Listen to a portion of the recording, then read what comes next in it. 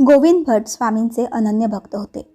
स्वामींच्या भजनात ते इतके डुबून जात की त्यांना शरीराचे सुद्धा भान नव्हते. त्यांना एकदा वारली येथील वीरभद्राच्या मंदिरात राचप्पा नावाचा भक्त भेटतो. त्याचे कवित्व गोविंद भटांना खूप आवडते.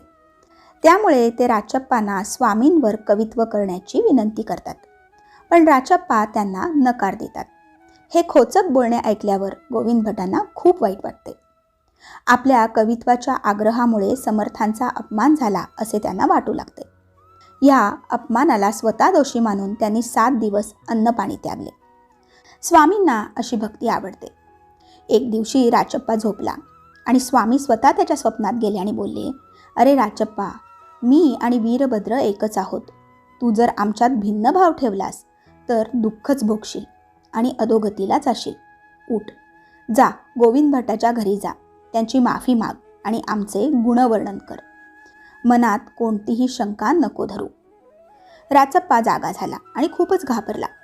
राचप्पा दुसऱ्या दिवशी गोविंद भटांच्या तंब गावी गेला आणि स्वप्नातील दृष्टांत सांगत गोविंद भटांचे चरण पकडून माफी मागू लागला. स्वामीरायाची ही लीला बघून गोविंद भटांच्या डोळ्यातून पाणी सुरू झाले. स्वामींचे माझ्यावर इतके प्रेम आहे हे बघून त्यांना गहिवरून आले.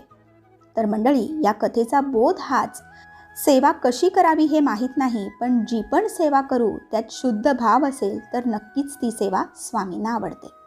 हे कायम लक्षात ठेवा. धन्यवाद. श्री स्वामी समर्थ.